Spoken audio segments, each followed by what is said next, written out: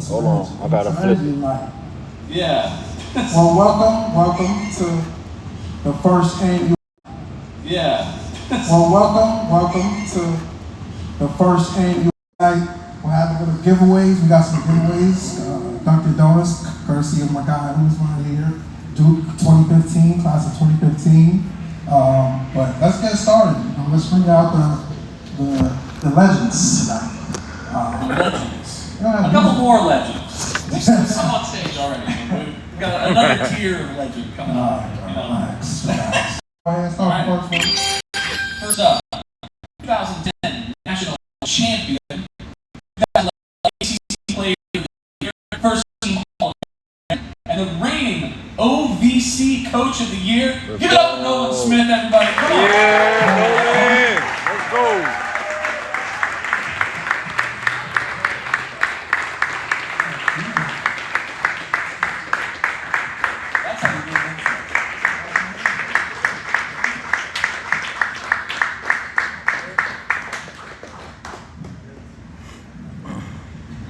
Next up, we got 2015 National Champion, Captain, two-time All-ACC, and don't forget a two-time NBA champion, Quinn in the building.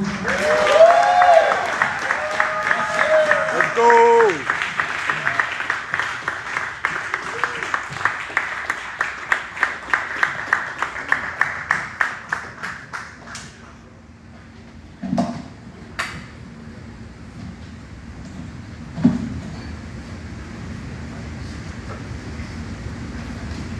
How we feeling? How we feeling, fellas? We need audio on mic.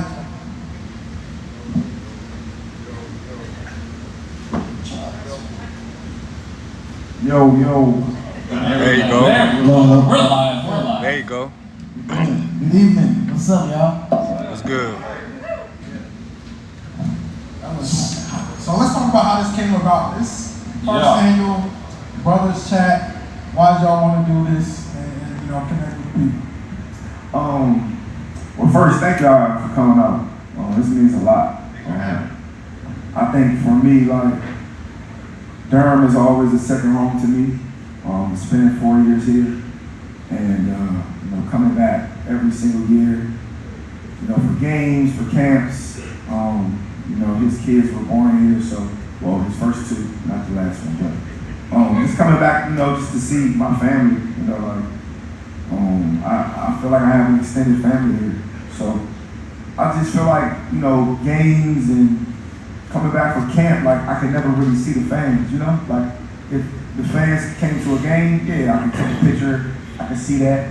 But the love that we will always get, all the players, from people on social media who could make the game, like, man, Nolan Smith was at this game, man, Tyler Thornton was here. Josh was here, and Quinn was here. Like, I always just felt like I could never, see everybody. So just thinking like, man, this year I want to do something for the fans. Like, we could talk, we could meet, we could chop it up. I want to hear your favorite Duke story. I want to hear everything, just connect with the fans. So I just posted something out there, and everybody, I want to hear your favorite Duke story. I want to hear everything, just connect with the fans. So I just posted something out there, and everybody thinks I'm a coach and stuff. So I knew, Twitter went crazy, and then Nolan hit me like, man, we should do something, and we're here. So I just want to be a part of what he had going on. But I think when you think about this week for us, it's K Academy, Coach K's Fancy Camp, a big weekend for the Brotherhood. It's like a family reunion. All the foreign players get together, and we have a great time. But we all know the Brotherhood is nothing without you all, without our fans, without Bull City. So again, for us to put this together, for Quinn to come with the idea to do it 5 days ago, for all you all to be here is amazing. It's a blessing. We appreciate y'all. And this is something we want to keep going, right? Every year, even as we get older, and y'all might not like us, but every year we'll keep some younger guys. We'll keep some younger guys, right? Eventually we're gonna get old still. We understand that, but we have young guys. Again, he's like vice president of Brotherhood, right? So everybody loves Quinn. So we're gonna keep this cool, keep it fun, and yeah, we're just excited to be doing this.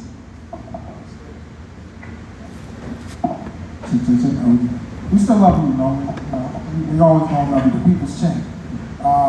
But shout out, we got a couple of them who walked through the building, Josh Harrison, Ty Thornton, shout out to them.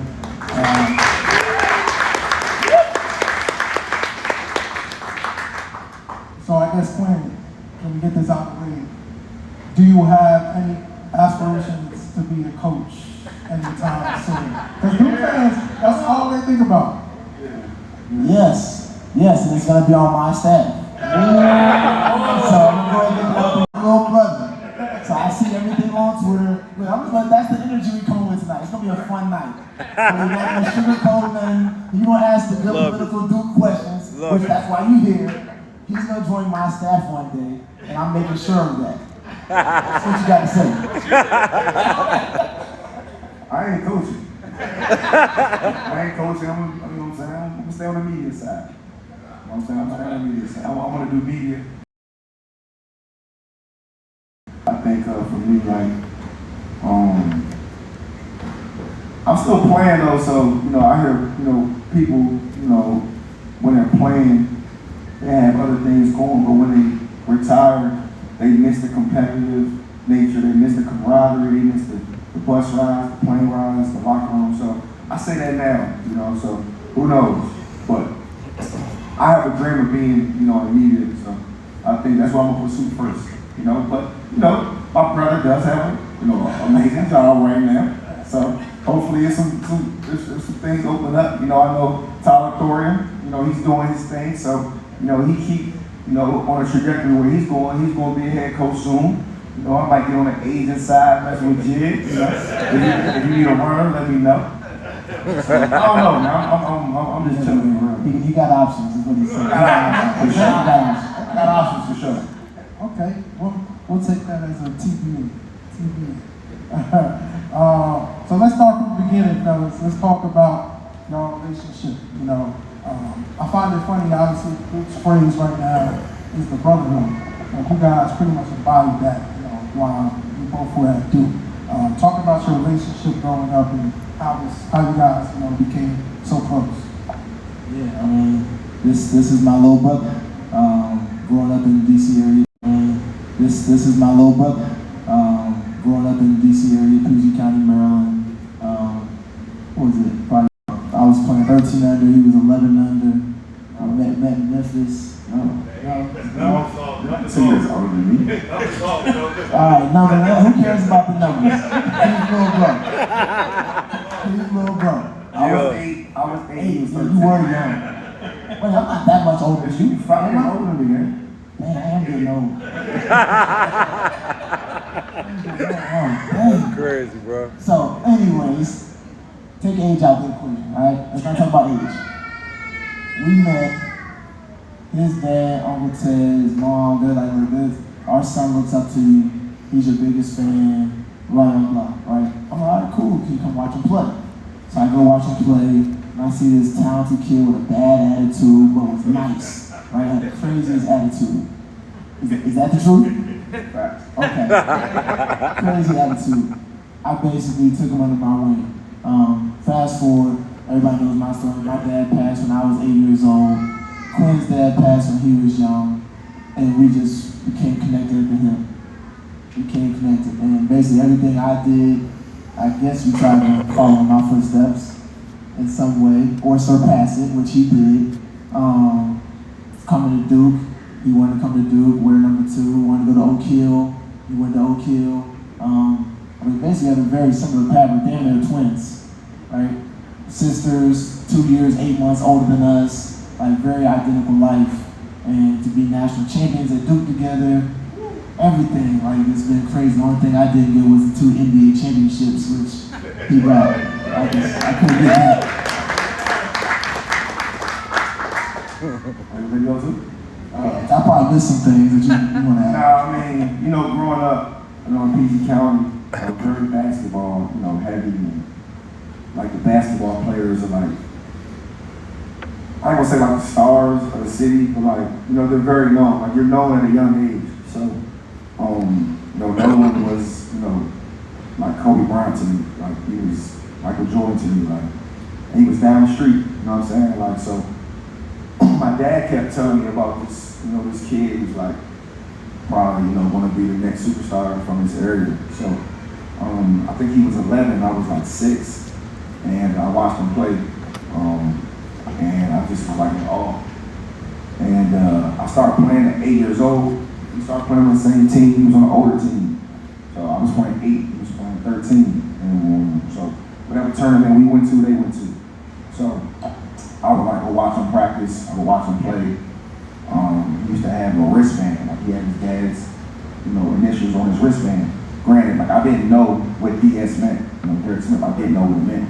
So I would go home, make a wristband, and write DS on it. You know what I'm saying? Like just trying to copy what I see. You know what I'm saying? So my dad was one of those dads like, if his kids have a liking to anything, he's going to go like to the source. You know what I'm saying? So he ended up, I didn't know anything about it. He just walked in, with Nolan and Monica to my game, and I was like shocked. I was in awe. I was nervous. And then after the game, he came up to me. He was like, "You're my little brother." And then from there, like it just went. So everything he did, I followed because like it worked. You know what I'm saying? He stayed away from negativity.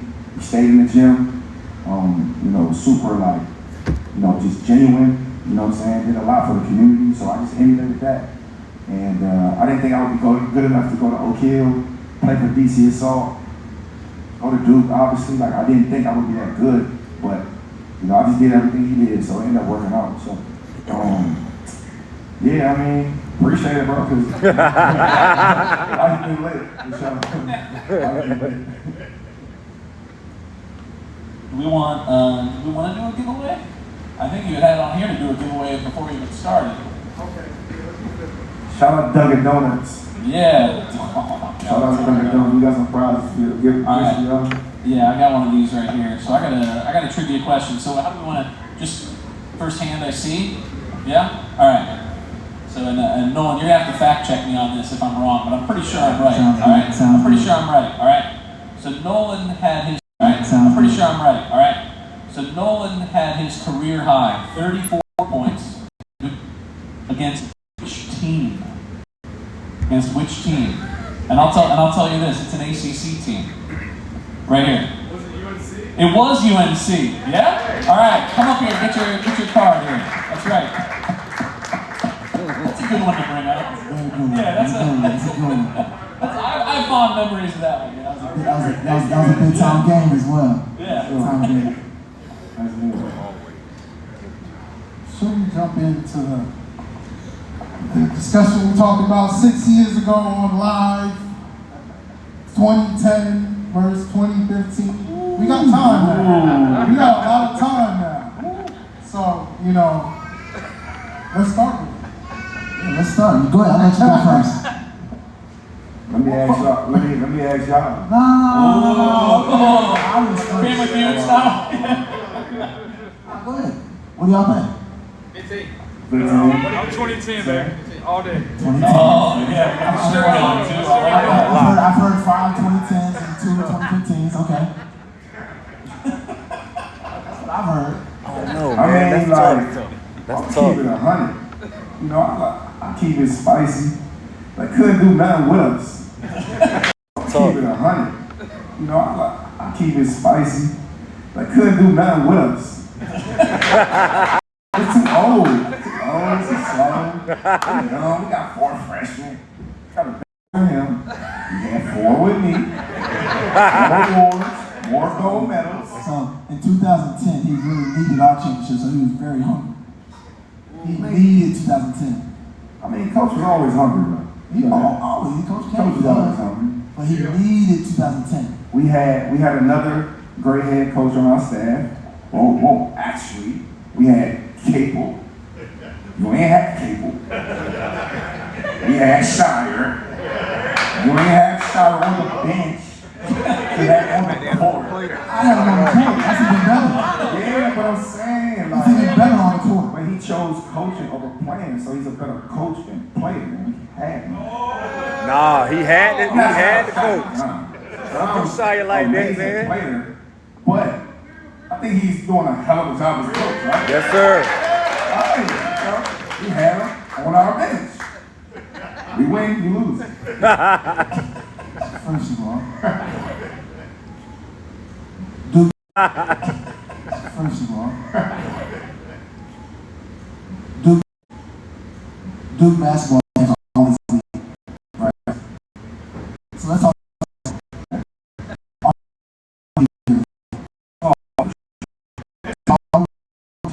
Order is because time is rush. You are a junior or a senior. Good luck. Good luck. We playing 2-on-2? Alright, let's finish the matchup. Let's finish the matchups. Alright. Well, our backcourt. Kyle Singler. Yeah. Lowry picked Justice Winslow. Justice. What's Justice, 6'5"? Nah, Justice like 6'5". Like 6'6". On a good day. Everybody, hey, come on, everybody said like 6'6". No. Over the top. No, sir. We don't get that. He gonna dunk on you. He got nothing. Hey, come on, shoot out over there. I ain't gonna lie. I might go 2010. I might go 2010. 2010 was a better defensive team. Lance and the Bills. 2010 was a They better based the defensive team. twins. They based the twins. And then, we got the best player in the country. Don't do that. Don't do that.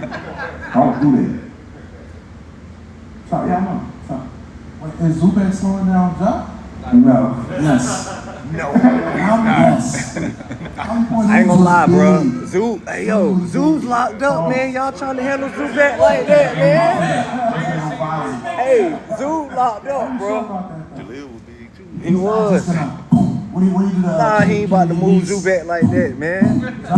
No. He's not doing that. No, to he's Zeus. not doing that to Zoo. He's not doing that to Zoo, bro. He's not doing that. He's No. not doing that to Zeus. No. He would have to get his back. He's going around them.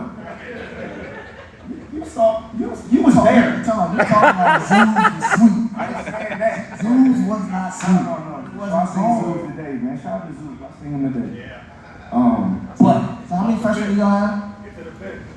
Yeah, I mean, at that time, all right, boom. Their slogan was 8 was enough, right? Yeah. 8 was enough. Yeah. We had Roughly the same, bro. Roughly the same. Y'all had 8, man. right? Yeah. 8 was enough. Yeah. We had Roughly the same, bro. Roughly the same. Y'all had 8, man. I mean, I said Mason. Both plums. we had Mason and Miles coming in for Zeus and Lance. And then we had Andre Dawkins, which he saved us versus Baylor. All right. Going to halftime. All right. So So sniper off let's the talk bench. about saving. Down line. 2010, can I say this? 2010, we didn't need an 8th man to save us. You can say Andre saved He you. didn't really save us. It was the first half of the game. He made some big shots. He didn't save us. So let me retract my statement. He didn't save us. That's what you said. He didn't save us. I'm retracting my statement. He didn't save us. Listen. Grayson saved He us. saved Nah, us. That's Grayson what I'm saying. You're right. I was there. For sure. I was there. All right. I was actually in the concourse, but I was getting nervous. My stomach was hurting. And we keep it spicy. Y'all play Butler. I'm a dog fight. Stop it. Yeah. That's not our fault. Wisconsin. That's not our fault. Back-to-back Final Fours, too. Wisconsin, y'all were supposed to play Kentucky. Two lottery picks. Yeah. Saw them. Butler went to national championship. They went to back-to-back. Yeah, they were. Before They went right back. No. They went right back. Okay. So did Wisconsin. They They went right back when? They went back-to-back Final Four. They beat Kentucky undefeated. And we can get to that too. I hope that's on there. I hope you ask me about that too. They beat undefeated Kentucky, right? They did. And then they lost us twice. Twice.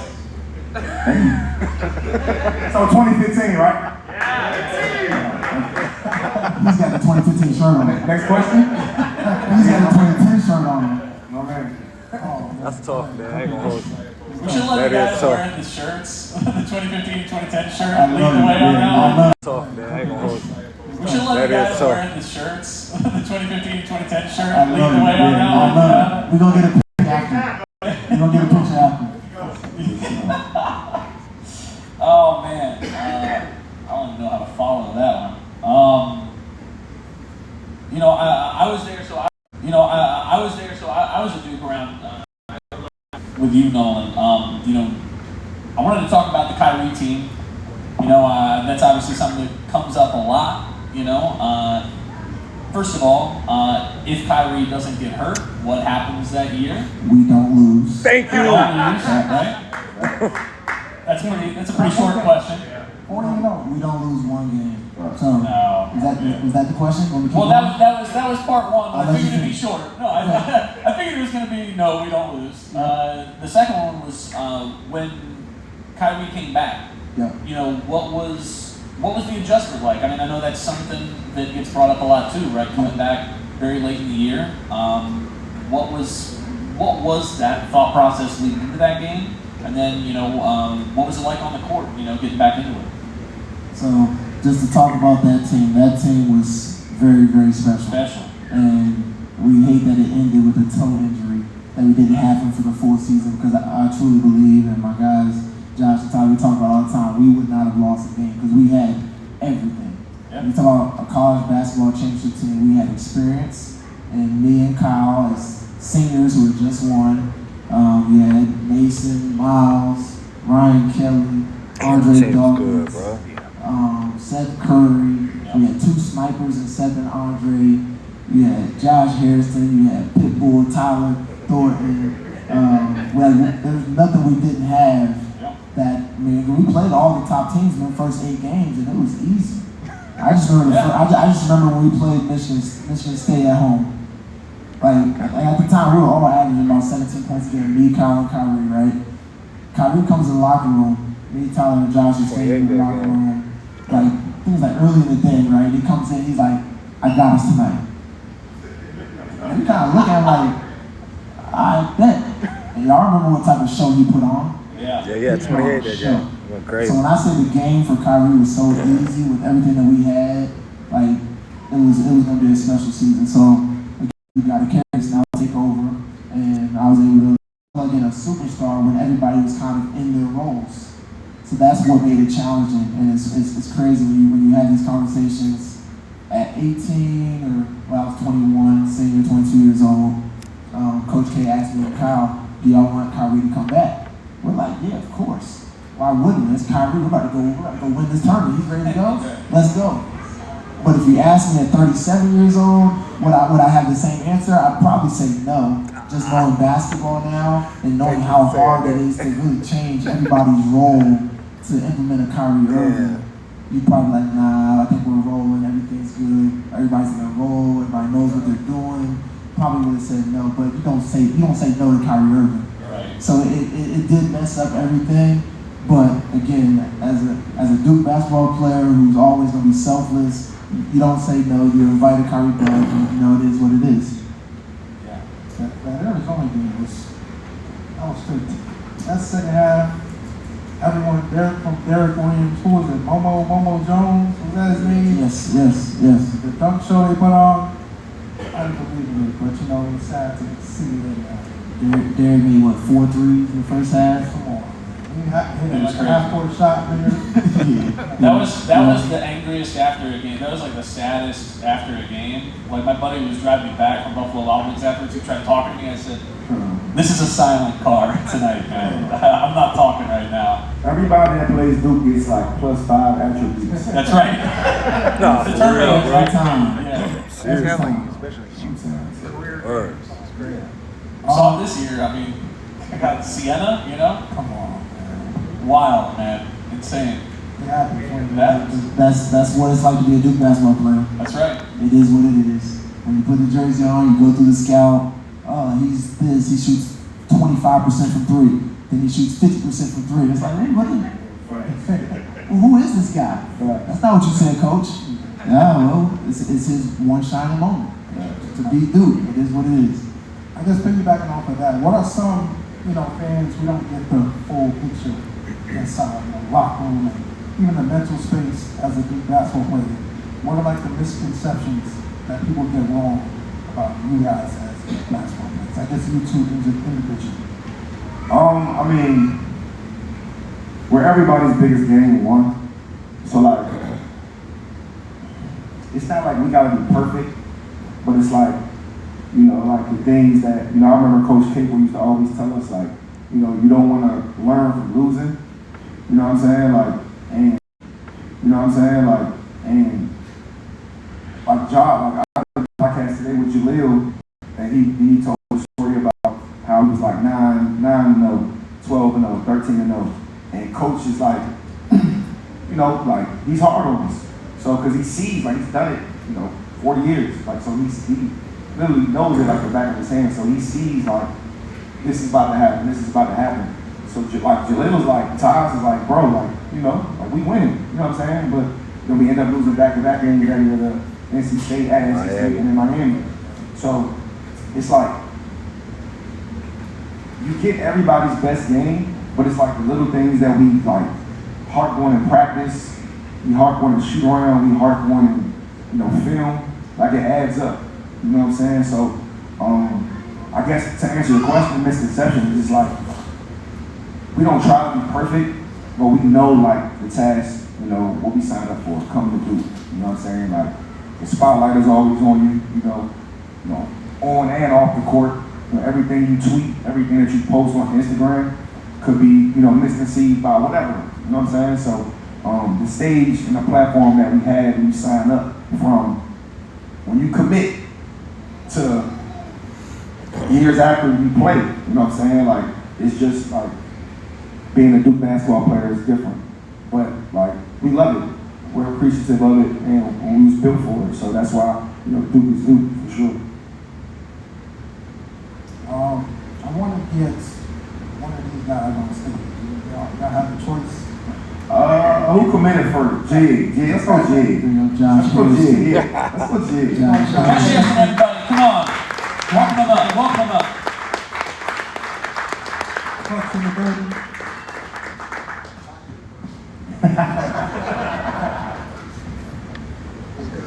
What's up, Jay? This mic work? So, Josh, you played with both of these guys. You know, talk about, I guess, the experience. Number one, I think you saw an older version of Nolan, saw the young version of Q. Your experience playing with both of them, and obviously seeing their growth through the years. Man, it's actually, and I apologize, it's K Academy, like Nolan says, so my voice is a little raspy. It's crazy, the journey has been special to be a part of both of their journeys. Quick backstory, I grew up in Virginia. I was in my own little silo right outside of DC, and I joined Quinn and Tyler's AAU team late. And so I grew up with them, and I remember thinking, you know, when I was playing in Virginia, playing the guys that I was playing, that I was pretty good. When I got to hoop with them, and obviously Nolan being a legend he is in the area, I realized, like, DC guys, they know how to hoop, they know how to get to it. And so being able to, one, be on the journey, you know, I committed to Duke. One of the reasons I came to Duke was Tyler. I developed a really close relationship with Tyler, and coming here and then getting to know Nolan. I didn't have a relationship with Nolan prior to being here, but it was very special because they were coming off of a championship where he could have isolated himself and been the man and done all these different things. He welcomed us. Like, anybody who knew me, Tyler, and Kyrie our freshman year, wherever you saw the three of us, we were with him. Everywhere. It didn't matter. They gave my life hell my senior year. In a good way. But I took care of these guys. Family, DCSO family, my little brothers. But I was like their Uber driver. I was their grocery shopper. Hey, big bro, we need some groceries. Like, everything. I was Unc. I was like Unc before I was an Unc. I wasn't even an Unc yet. And they made me an Unc because I just had to take care of these guys. But they made my senior year special. I just had to say that. It was definitely special. We were having 6 a.m. practices. Nolan was picking us up, making sure we ate, making sure we was at the gym on time. Now, Nolan's senior year was special rest, but he also set the standard for how we do things moving forward. And then QC came along, and what Nolan did for us, Tyler and I, at least, because obviously Kai moved on to lead, we tried to do for Quinn. Just like we were everywhere with Nolan, QC was everywhere with us, and so it was wild for them. And they talked about it earlier. Their journeys are literally parallel. Like it couldn't be written any better. And it's been a real, obviously, blessing for myself to be able to call both of them family and to have that experience with them. That's for you personally. Making the move to, what made you move to become an agent now with Clutch Sports? Yeah, it honestly, it was, I tell people, man, it's something I feel like I just kind of fell into. I had no prior knowledge of agents or how the business worked, and you know, it was 2019. I was at a crossroad in my career. I just finished my 5th year playing over in Europe. I just finished playing in Italy, and I knew I didn't want to play any longer, but wanted to transition to something new. And I called Coach K and told him I didn't want to play anymore, but didn't really know where my journey was going to go after that. And he asked me just to tell him a couple of things on how I was feeling about, you know, different things here and there. And he was like, he literally told me, it sounds like you should be an agent. Like, you'd be really good with relationships and all that sort of stuff. And so, thankfully, obviously, fast forward, I studied, took the test, passed, and half my roster is Duke guys, so I can't. Let's go. What's the process of getting the Duke guys? Take us through the lens of Josh Hennessy. So it's, when you talk about the Brotherhood, it is when Coach is built, and obviously what John is going to continue to do is really special. Like, we are a family. It doesn't matter if you were Grant Hill and his group or the guys that are on campus now. We are all connected, and that's the best part about it. So there's an advantage there already because we're family. And so, and I can also say that I've gone through what you're going through. Obviously, I call it Coach K's awkward one and done years. I literally came in after they win, and then we leave, and then they win. And so, but it was, I wanted that national championship. I went on that journey and knew what it was like. I mean, talking about the Arizona game, bro. I remember me, Tyler, Kyrie, and Nolan sitting in the corner sobbing, and Kyrie telling us he's coming back and we're doing it again, and me and Tyler telling him, your ass is going to the NBA. don't lie to us. No, man, it's an experience, man. You know, my first ever client I was able to get was Wendell Moore. Wendell took a chance on me, man, and Wendell, for everything that he's done for my career, it's been, Wendell was the first one to believe in me and take a chance on me, and it's been up from there. Take over the business, man. Take over. So you fellas have questions for Josh.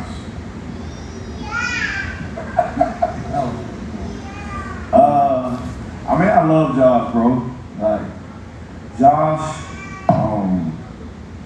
I remember when he joined, you know, our DC assault team, and like I was playing up. I didn't really get to like play a lot, you know what I'm saying? Because their assault team, you know, had, you know, probably one of the better teams like in assault history, like AAU history.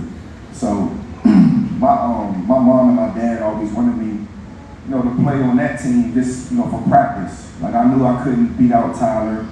They had Eric Atkins, you know, played at Notre Dame. That was the backcourt. A lot of other guys, but those two, you know, I mean, Eric and Tyler probably been in the backcourt since 9 years old. You know what I'm saying? So, I never played, you know, but I got to practice and I got to see how like serious, you know, they took hooping. Like, you know, like when you're good as a kid, most of it could be natural. You know what I'm saying? Especially back then, like today you see 9-year-olds with trainers, 12-year-olds ranked #1. They got 1 million followers on Instagram. Like, it's different. So like I saw like the love and the dedication that it took. But I'm saying all that to say about Josh was like, I went back down and played my age for a little bit, but I would always practice with him. And I called Tyler Chop Chop.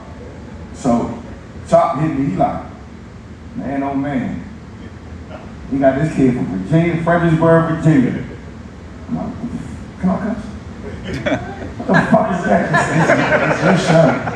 That's what I said. Set it up, bro. What the hell is that? These 20 years. Sorry. But, you know what I'm saying? So I went to go see him play and he was just a step better than everybody. You know what I'm saying? Just a step better than everybody. And Josh lived in the gym.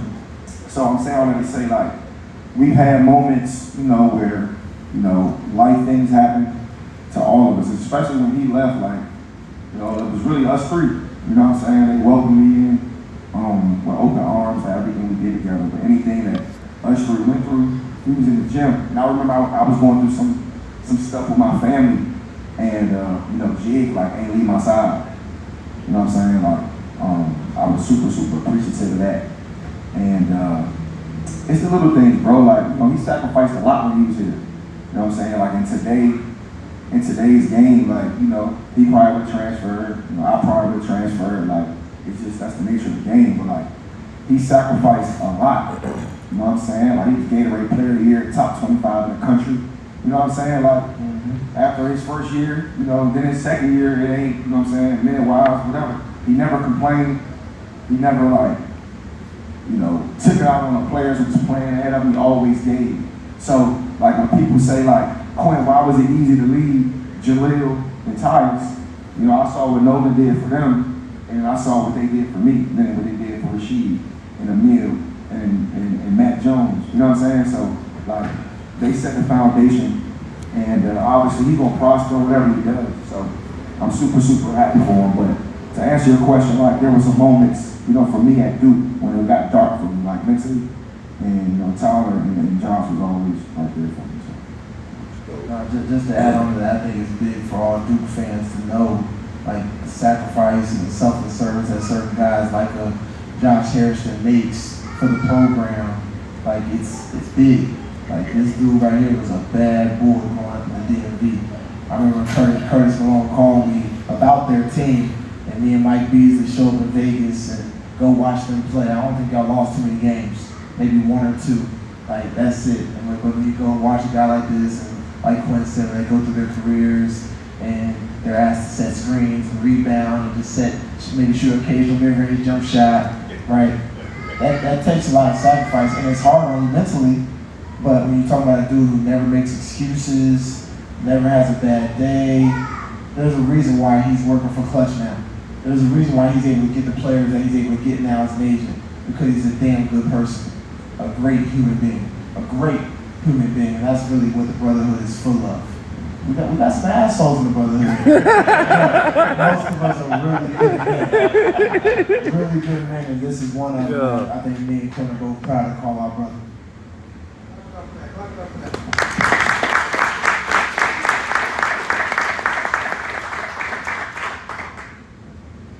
Yeah, he lost his mic. We'll get Nolan to list all the assholes later, Freddie.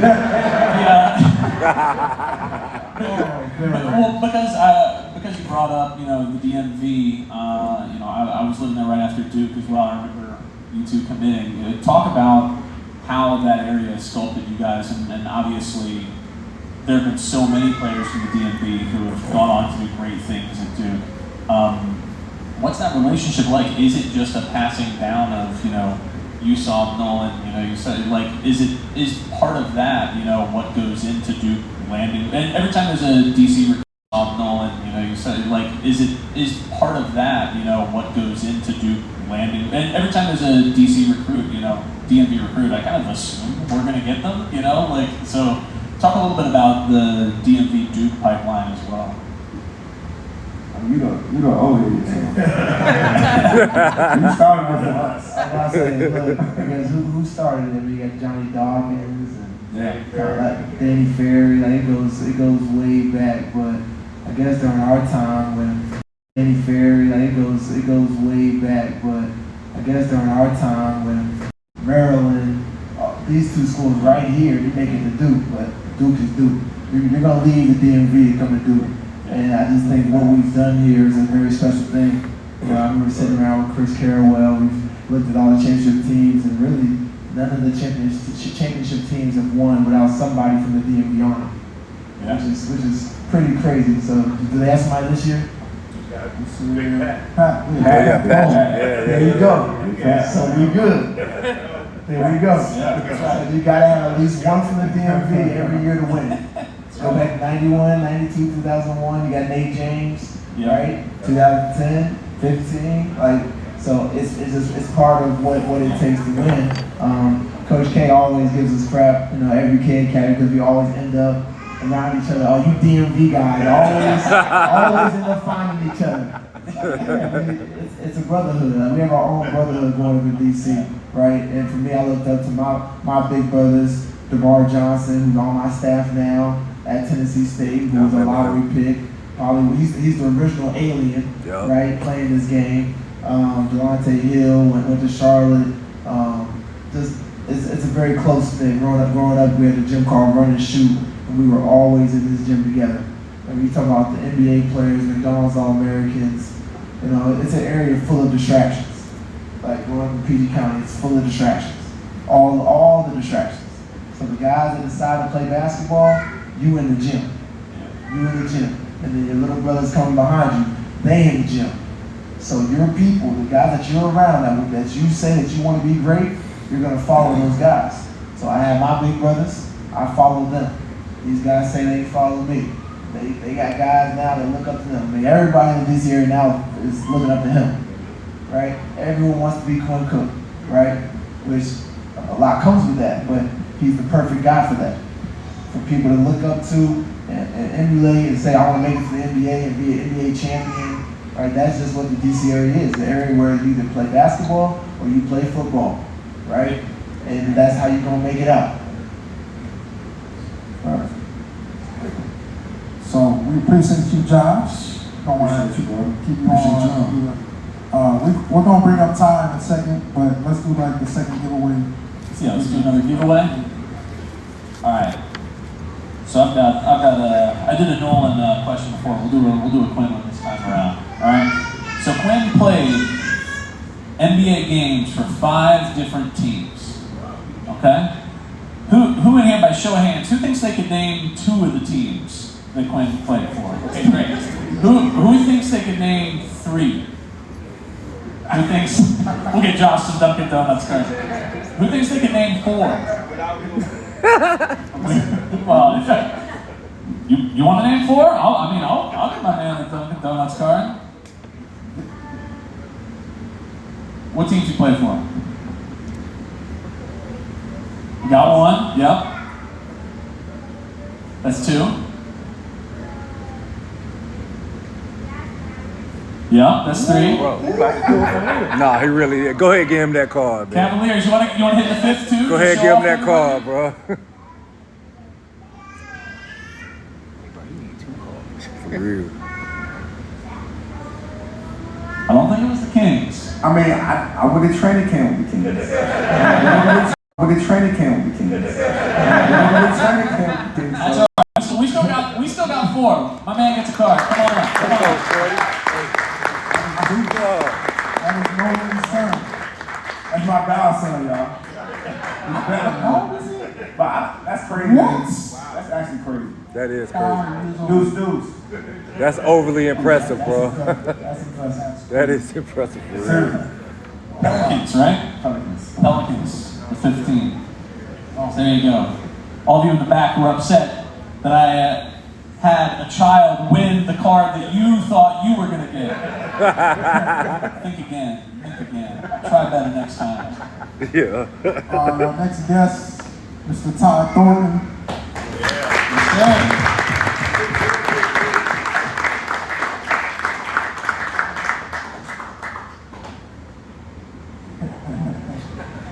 Yes, I'm coming up too.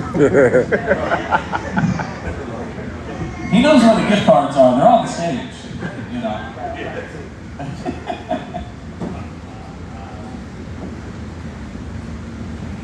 Good evening, everybody. Good. Todd, welcome, man. I asked you the same question, playing with both of them.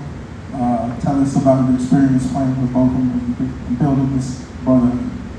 You know, I'm very fortunate, just like Josh, to be connected with these guys. And it started from back at home, DC Assault program, Nolan's stepfather started. We were fortunate enough to like have an opportunity. AAU back then was a lot different than it is now. Like now it's about the gear, it's about the Instagram reels, it's about you as the individual, how you can promote yourself. Back then, you played in high school gyms and the auxiliary gym with no AC during the summertime. And your weekend would be summed up on like a publication, rivals.com, ESPN, in a sentence. So our big thing back then was just making it the championship Sunday. So we had an opportunity to get our name out there for winning the championship in a tournament in Ohio, Pittsburgh, these random tournaments. But that was always our goal. And DC Assault was sponsored by Adidas at the time. These guys were the trailblazers. So they got these nice jerseys, these silver jerseys, these gold jerseys, 3 times too big for us. But they passed those jerseys down. Like every year now, AAU, every team gets new jerseys. Back then, we wanted to wear the Nolan Smith jersey, the Michael Beasley jersey, the DeMar Johnson jersey, because it was like Space Jam, you get the superpowers. So we got pictures of like us, jerseys, the shorts is down to our ankles, the jerseys are extra heavy. Like, when I'm looking at pictures, I'm like, there's no way we played wearing stuff that didn't fit. But that's where it started, and just blessed to be associated with Nolan, to get the opportunity. Like when he came here, I came and spent a couple days down here. Duke wasn't recruiting me, and it wasn't like Curtis made sure that we were exposed to everything. And I was very fortunate. Me and Josh actually got offered to Duke the same weekend. I still remember at Pittsburgh Jam Fest. I had a game winner in the semifinals. Josh had a game winner in the championship, and at that time we weren't on anybody's radar really. We just happened to be next to the court that Coach K was watching, you know. So we were the young guys. Coach K was watching the older guys. I think at the time, the court next to us was like Lance Stevenson, Tyreek Evans, and I hit a game winner. And the next game, like I said, I make the pass to Josh out of bounds under. He hits the game winner, and that's kind of how things started. Very fortunate that Nolan came back his senior year to really guide us through and teach us the way. You know, him, Kyle Singler, Casey Peters, those 3 as our seniors. All 3 different personalities, all taught us different things, but they helped us maneuver what it meant to be a college student, especially a college student at a place like Duke. I just remember like our first time having a conditioning drill, Nolan's basically just like, just keep up with me, just follow me. So you don't have to worry about the anxiety of not knowing what's coming, but knowing that he wasn't going to necessarily just outrun us, which he actually could have done. He paced himself to make sure that we could keep up and that mentally we didn't go in a dark place, you know what I'm saying? And obviously that year was a fun year. I talked about like Kyrie, who was me and Josh's roommate, and our connection on and off the court. Fast forward to going into the next year, Quinn was kind of on the fence about coming to the games. He ain't mentioned that. And at the time, I was hearing some rumblings of some other people that was considering the spot, and the coach was going to go in another direction. I remember I called him. I said, "Hey, I don't want to play with. I ain't going to say the name. I need you to make the decision to come here." And you know, Quinn was a hell of a player. Is a hell of a player. As a junior coming out of DC, and we had some hella 5 players my senior year. He was the Washington Post All-American Player of the Year as a junior. And a lot of situations, especially now, kids coming into college, they're so worried about their individual spot and how stuff works for them individually that they wouldn't want to play and compete for a spot. Me and Quinn played the same position. I wasn't worried about my situation. I wanted to play with him because, again, we talked about we grew up playing together. He didn't. I knew how talented he was, but on our AAU team, he didn't necessarily get to play with him. When he was on his team at the Method, he ran the show, and I knew that I wanted to play with guys that put me in a situation where I had an opportunity to win a national championship. And Josh mentioned that we were sandwiched in between those, but I remember being in Indianapolis with these guys and watching that journey and just being there, feeling like I had an opportunity to win. So I'm very blessed to be with these guys. These guys make me better. I'm probably on that list of assholes that Nolan was talking about. But I'm on the bottom of that list. I ain't at the top. But nah, for real, like can't have two better humans, two better guys that, like, you know, me and Nolan's son, they only 2 months apart. Me and Josh, we got a son that's a year apart. Like, for our kids to now grow up together and call each other uncles, and, you know, they see the highlights, and now they come in Cameron and they see, like I say, Uncle Nolan, you see his national championship picture. Uncle Quinn, you see his national championship picture. So that means something, and I'm very blessed to be connected to you brothers.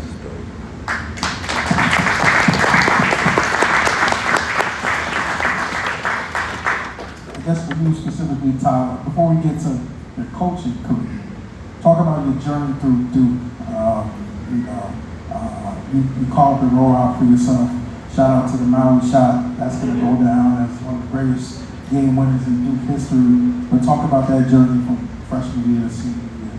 Well, to be honest, you know, obviously we talked about Kyrie's injury, but that was, for me personally, that was a window of opportunity that opened up for me.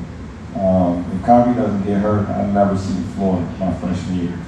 And I just remember at the point when that happened, we had played 8 games up to that point. I had played, once they blew teams out, I would get an opportunity to get on the court, which we blowing teams out. So I would get those last 6 to 7 minutes.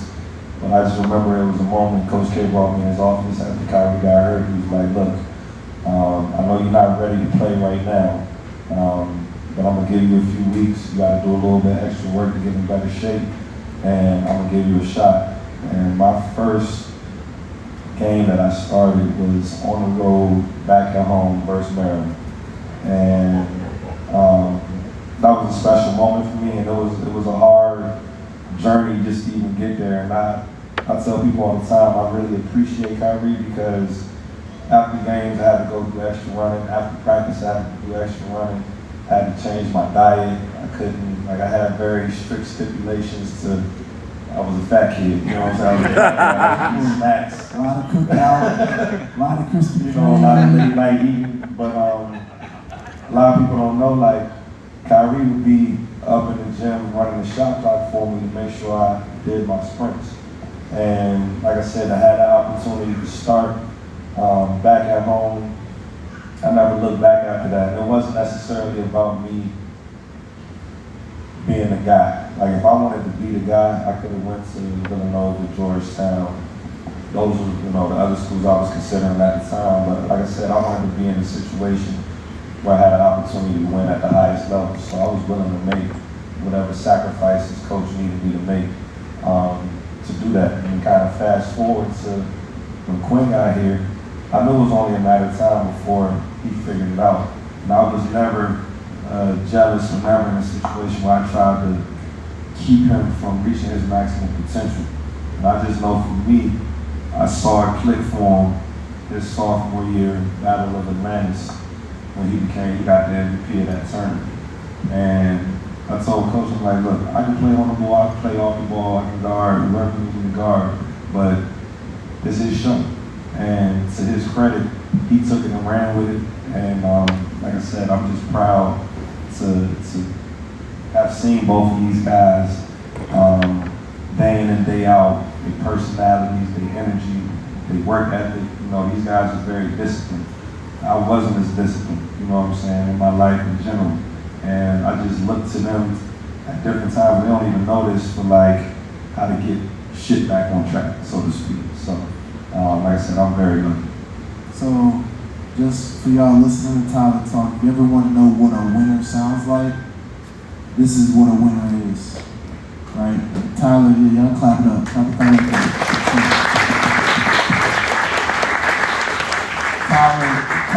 Tyler's always won. Always. Gonzaga, DC Assault, here at Duke, Howard, here now as the assistant coach, which this staff is very lucky to have him. And when he joined, it was a big addition because he's a dog. He was the missing piece to what this staff needed. But Tyler's always been a lot like Josh, but the ultimate sacrifice guy. And always being ready. So again, he was doing all the extra running because that's what winners do. He was doing the extra push-ups because that's what winners do. He was doing all that extra stuff because he was going to help us win. When he did get thrown that line when Kyrie got done, I wasn't nervous. Me and Kyle Singler were not like, why is this freshman playing? I mean, he can't help us win. Yes, he can, but we knew that's why I call him Pitbull. He's a Pitbull and he's a winner. So he was going to help us win. But guys like this, they continue to win in coaching and in life because they're able to make the sacrifice that it takes to do it. Yeah, I can add to that. Like, if there's somebody that you want to go into a dark alley with, your back against the wall, like, I've been through some wars with him. He's been my teammate since we were 10 years old. Was always bigger, stronger, faster than me, but he always like built me up. You know what I'm saying? He kicked my ass in practice, and then he'll build me up. And you gotta think, like, me and him, we went, you know what I'm saying? He kicked my ass in practice, and then he'll build me up. And you gotta think, like, me and him, we went to rival high schools. Like, the Duke, North Carolina version of high school, it's me and him. Every championship game, I had to see him. So, like, but he was the standard. You know what I'm saying? So the days that, you know, like, I didn't want to get up and run and go shoot, I knew I had to see Tyler for the money. I had to see him at the end. If I wanted to be a champion, if I wanted to do what I wanted to do. And that kept me going. So I've been chasing him my whole life.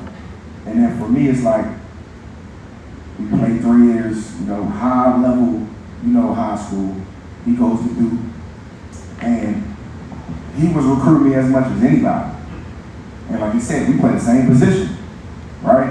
And then for me, it's like, dang, every time I'm on Tyler's team, I don't play. You know what I'm saying? So, but it was like, you know, I saw what my brother did, I saw what Nolan did, you know, I was comfortable with Josh, you know, being here. And then I knew, like, Tyler was going to not let me be complacent. Tyler was going to push me every single day. And that's what I needed. He kicked my ass every day. Every single day he kicked my ass as a freshman. Until I didn't, you know. So like, I needed that. You know what I'm saying? I needed that. And it's like I said earlier, Quinn, how you, man, Tyus Jones to point guard. Like, how you just so, my brother did.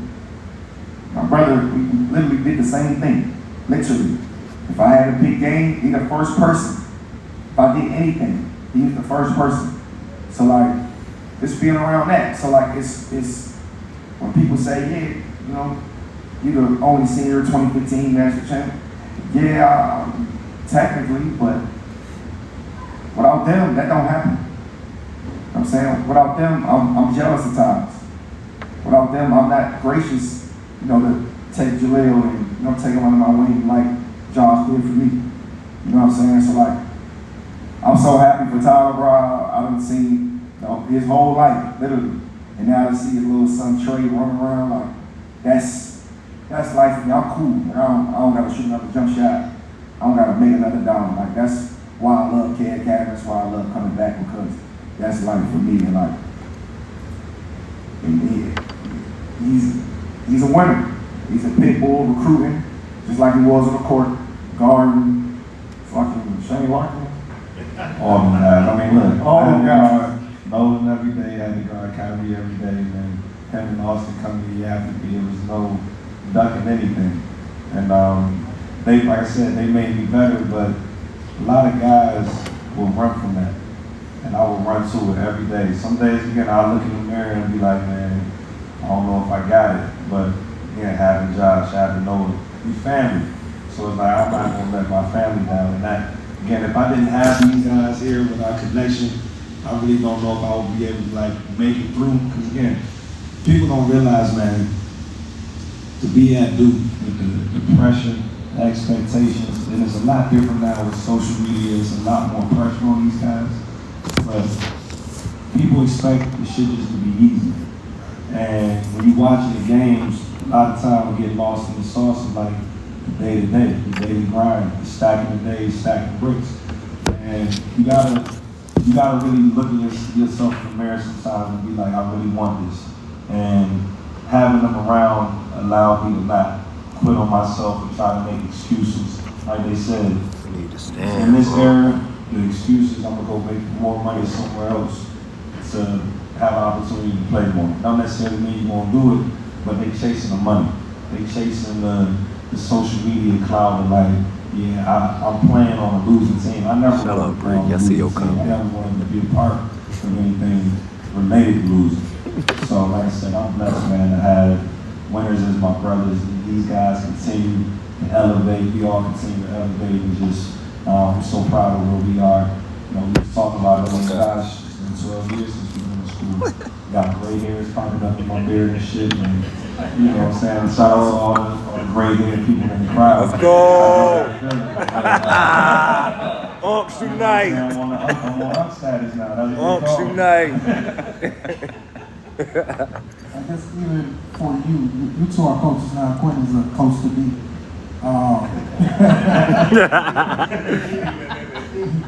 Take us through that moment. Obviously, you went to Marquette, you went to Howard. Take us through that moment when you got the call to become to coach. Well, you know, at the start of it, part of the reason why I chose to come to Duke was because of Coach K's track record of having former players, obviously coach for him, but just coach in general. So that was part of my decision making. I knew I wanted to be a coach at like 14, 15 years old. Again, I had an unconventional journey. After I graduated, I went grad assistant for 2 years at Marquette with Rojo, his first 2 years there. And I decided to go play pro.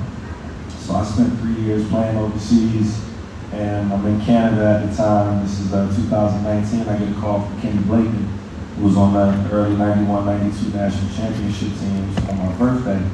He's like, hey man, happy birthday. I just wanted to let you know I'm interviewing for the Howard job. Would you be interested in joining the staff if I get the job? I slept on it for a night, called him back the next day. And again, I'm back in the groove of being a pro. Like I'm ready to go continue my path, try to make it high level Europe. Called him back the next day and said, hey, you get that job, I'm there. And it was probably a month and a half, 2 months after that call until it was official that he got the job. My season ended May 13th. May 14th, I flew back, and that was my first day working, trying to recruit, making calls to get guys at Howard. And, the vision he had for that place that really had no basketball history.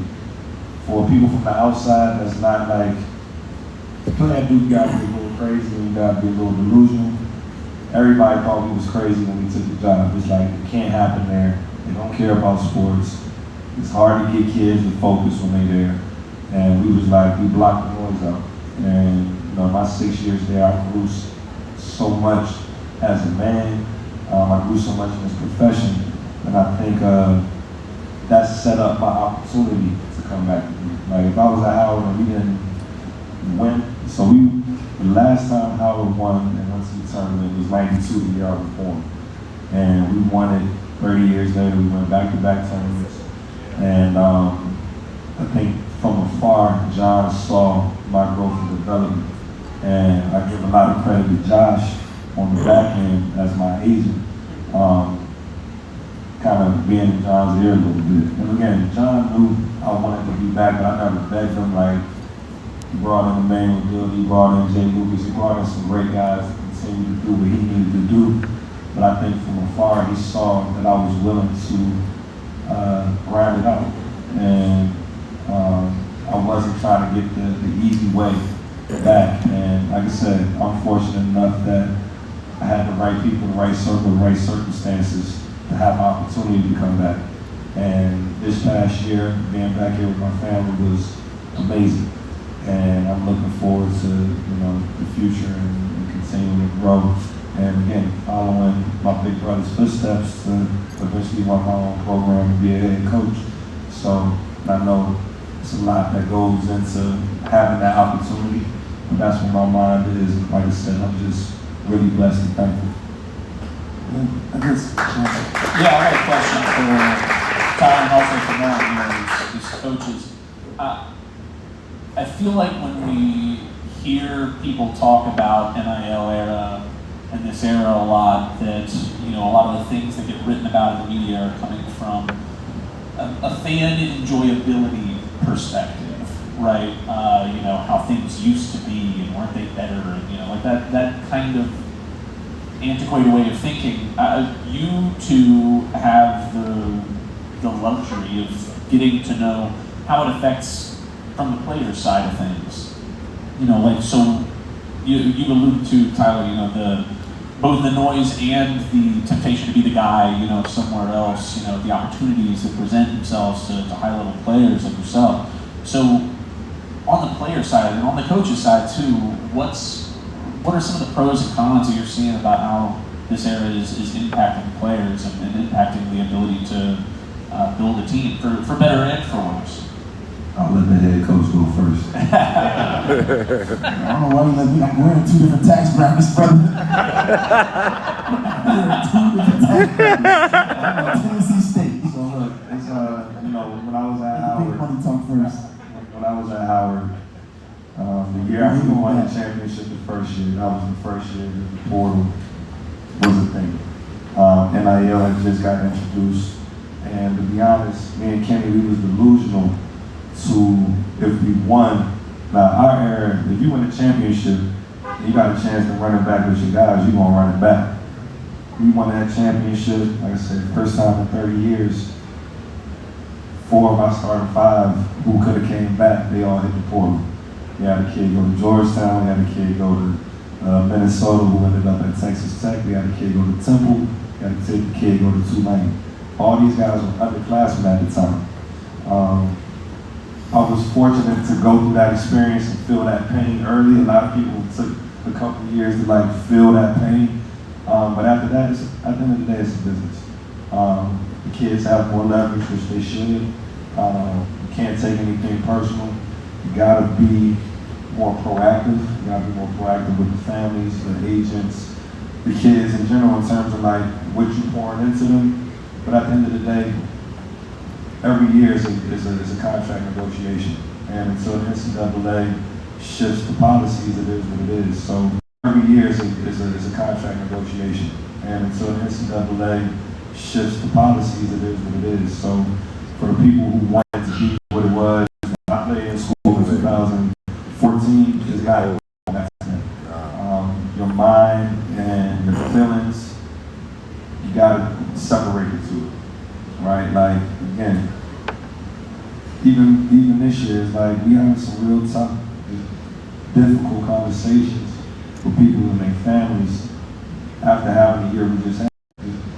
Difficult conversations with people and their families after having the year we just had. Obviously, it didn't end the best, but you only lose 3 games, 2 of them at the buzzer. The other one is the last second foul shot that puts the team up 1.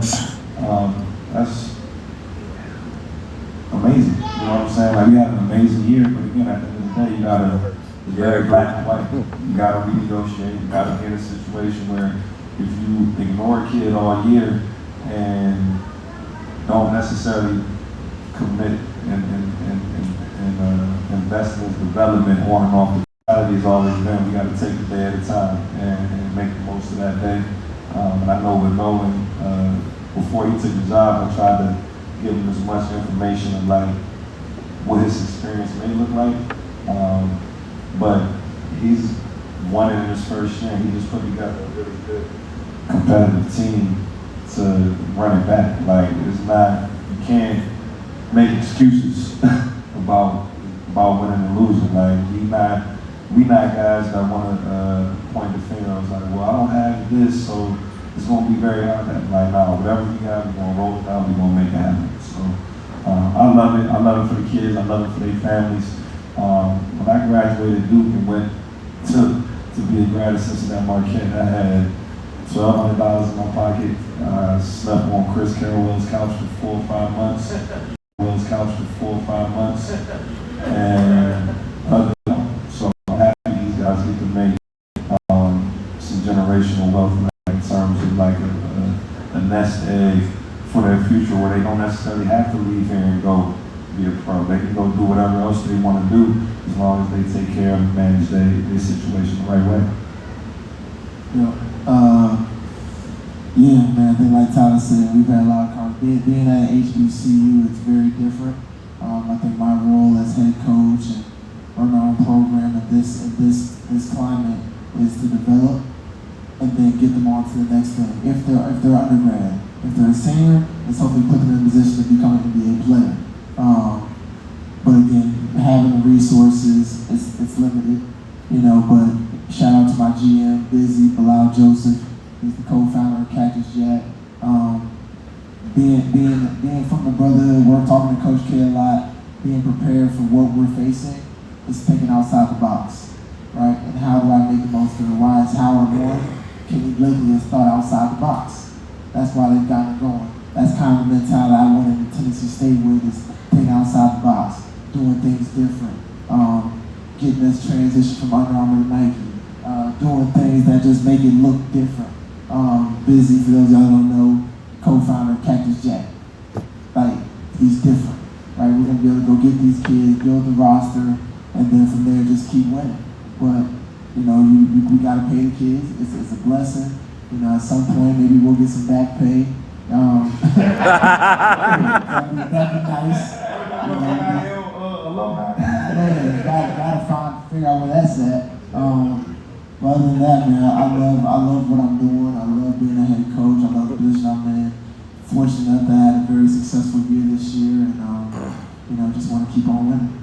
I would just add to that, like, as Duke fans that's here, Duke fans that's watching, support TSU, support Howard.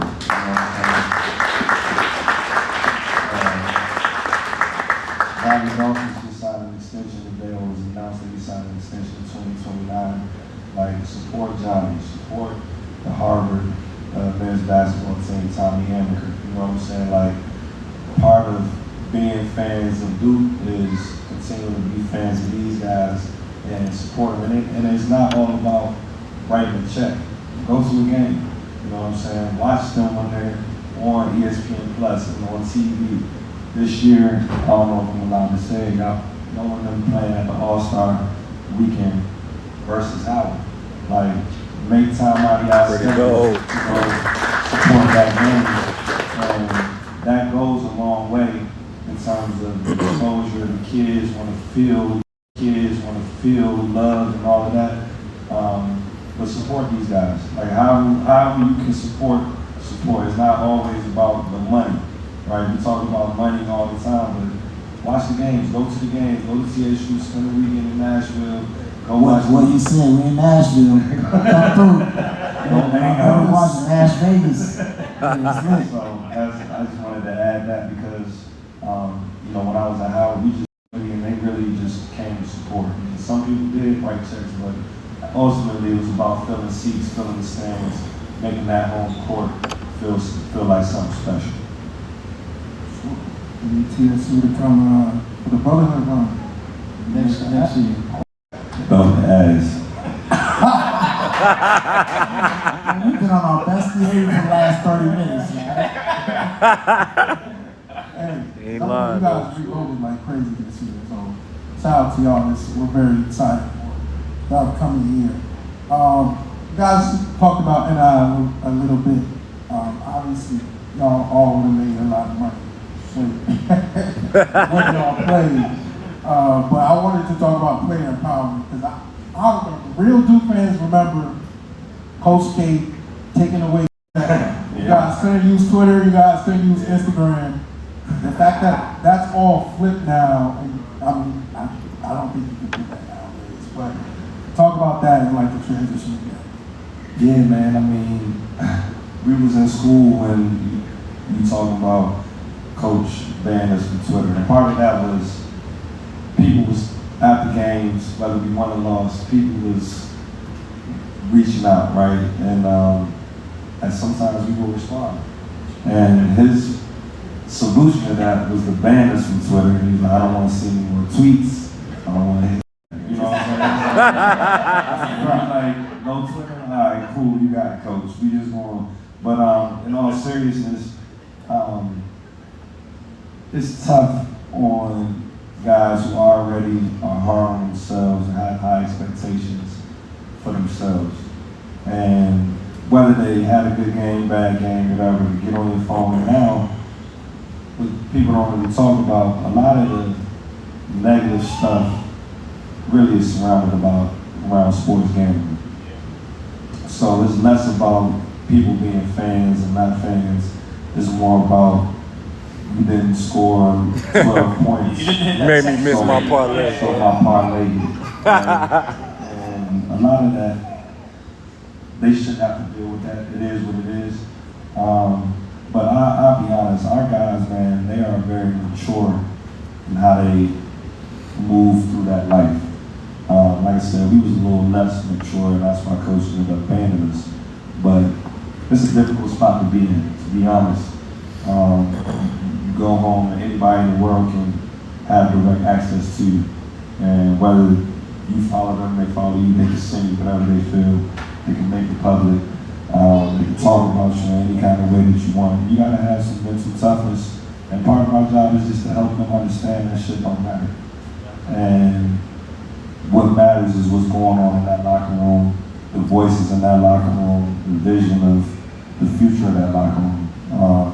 And you gotta pick kids that can handle that, but also can block that noise out. Who clapped back the most on your team? Quinn Cook. Austin Rivers. Oh, no, I can 100% see that. How about say he's still doing it? He's still doing it today. See what we doing now? Yep. Original Twitter things, man. He doesn't miss, man. You know, No, Austin don't play he's that. perfect for what he's doing, man. He's perfect. I remember that year, we all was wearing Jordans. He banned us from Jordans. I remember one time, Josh was eating like Twizzlers before like a walkthrough. No more Twizzlers. Ain't my favorite candy. Wow. Before walkthrough them? I'm saying like we walking through like if it's at 2 o'clock walkthrough, he's leaving class. He can't have no Twizzlers. But now coaching stuff like I remember we lost to Miami. When the country lost, came back, all our gear was gone. We had to wear, we couldn't wear our Packers jerseys anymore.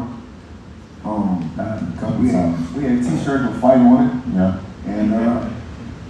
And we ended up wearing them shirts. We never got jerseys back. We wore them shirts for the rest of the year. You know what I'm saying? Stuff like that. So we ended up wearing them shirts. We never got jerseys back.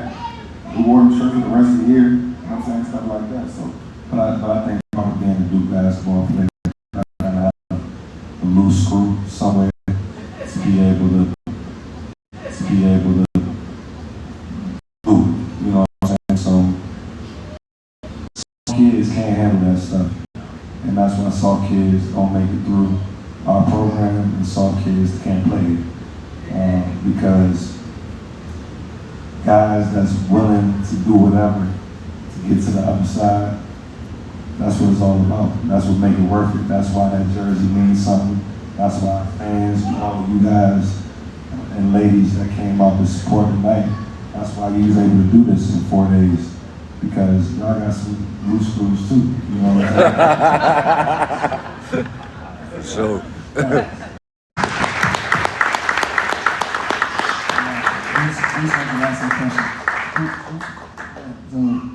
For everybody, this is my son Deuce. We call him Deuce. What do you want to be when you grow up? A basketball player. Okay. Yeah. Do you want to make it to the NBA? Yes. What does it take to make it to the NBA? Hard work and training. All right. Brother, thank you. Go sit down.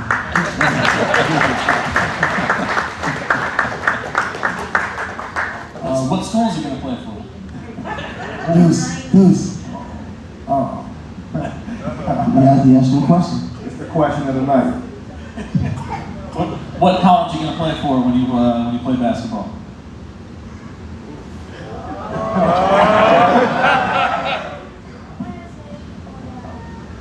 I want to play for the NBA. That's going to college. Are you going to share at high school? Yeah, that's right. That's right. College. I'll bring it back for him. That's dope. The college team that I want to be for is the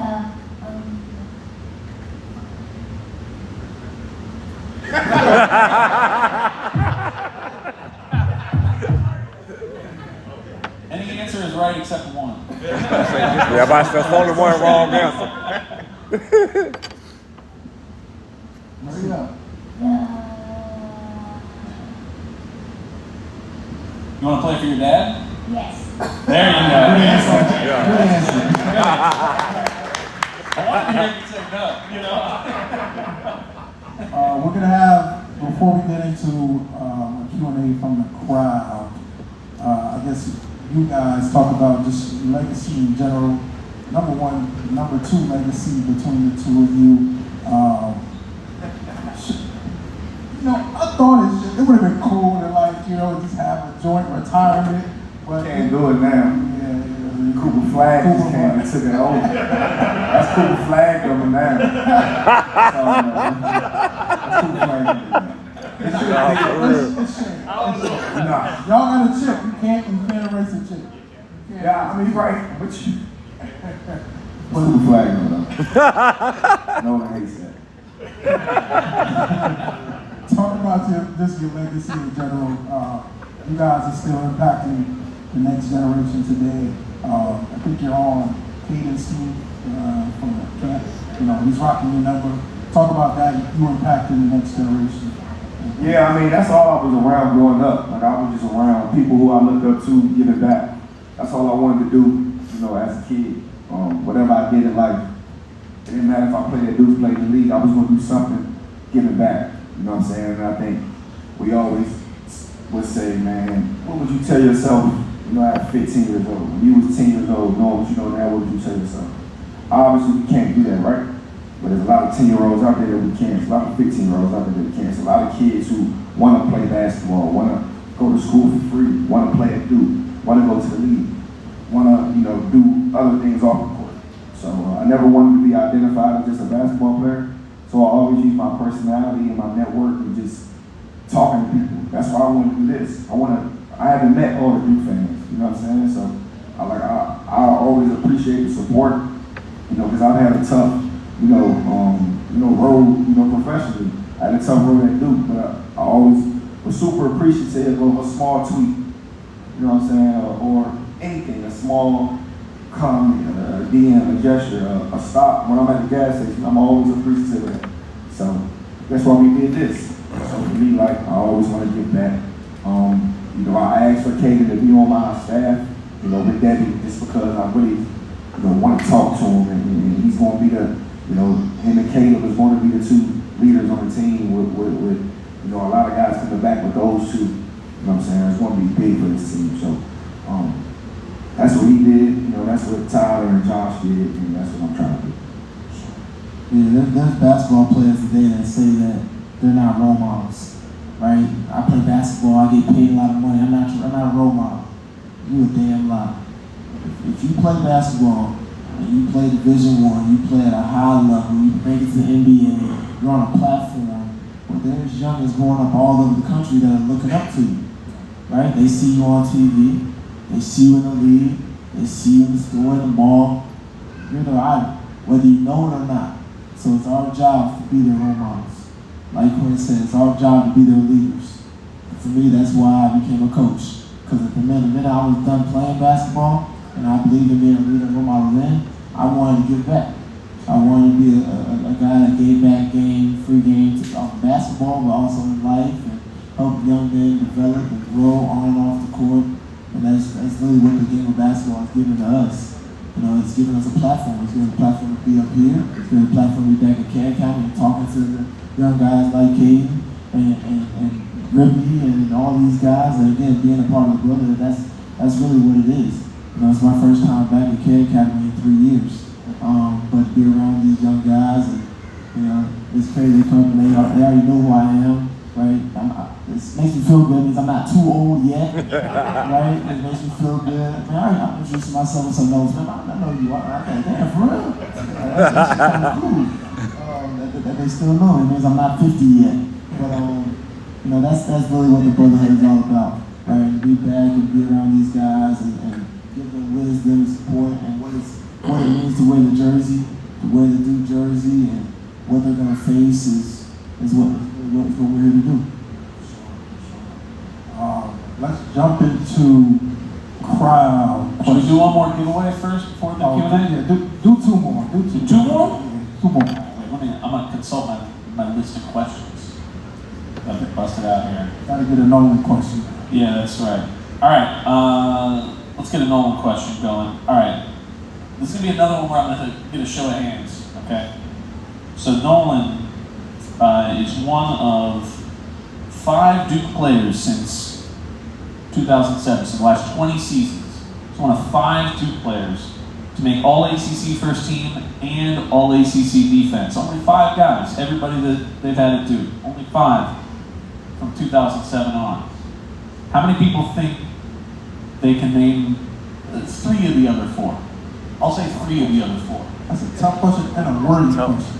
All ACC first team and first all team ACC defense. Same season. And first team. Same season. I think you could get. Yeah, I'm about to say one of them. I don't think you could get to 4. If somebody could get all 4, I'd be blown away. How about 2? Anybody able to get 2? How about my man in the back right there? Zion Coop. That's right. There we go. Yeah, I knew Coop did it. I couldn't remember his name. We got one more. Anybody name another one? Yeah, right here. Trey Jones. Yeah, both of y'all put up the card right here. Yeah, damn, that should have been the first one. You all know who the other one was? I suck at He's a coach at K Academy this year.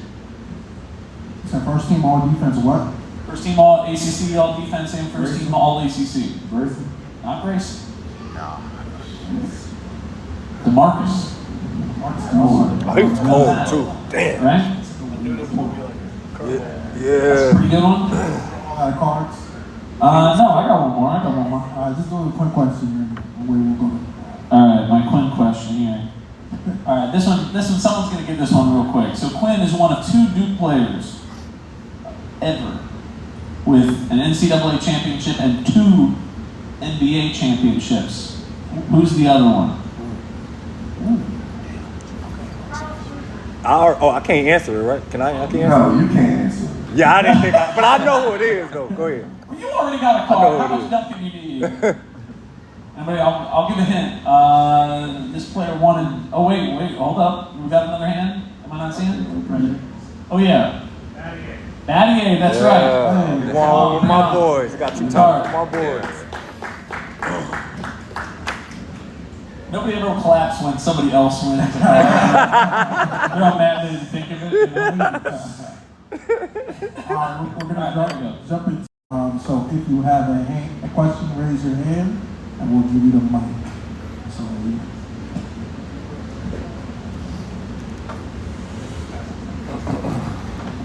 Two-part question. Favorite Coach K memory? Well, individual, not necessarily the team. And then MJ or LeBron? Favorite Coach K memory?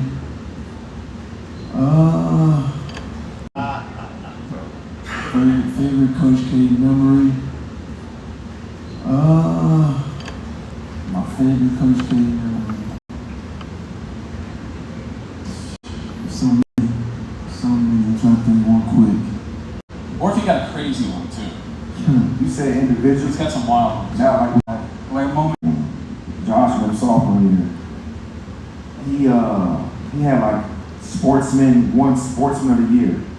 him and Pat Summer. Pat Summer was Sportswoman of the Year, Sportsman of the Year. So he had to go to New York for this big thing. And he comes back. He missed practice, actually. Missed practice, comes back the next day, tells us about his time. And like, if you know Coach, well, like my image of Coach growing up, super stern, like no nonsense, and you know what I'm saying? Like, you gotta be disciplined to play for Coach, obviously, but like, when you go around him, he like, it's like, he jokes, you know what I'm saying? Like, he's not what I thought he was gonna be. So, he gets there, and he's like, you know, talking about his night or whatever. So he's like, yeah, you know, LeBron, Jay-Z, everybody showed up for me. All right? So he shows the picture. You know, he's smiling, chilling. He's like, yeah, I took a picture with Beyonce too. And they showed the picture. He was red. He was blushing so hard. He was blushing, but like that's the human in him. You know what I'm saying? Like, he's a fan of Beyonce. You know what I'm saying? So like, obviously he's this big deal, but you know, he's still human just like us. So I love that story. And then just for me individually,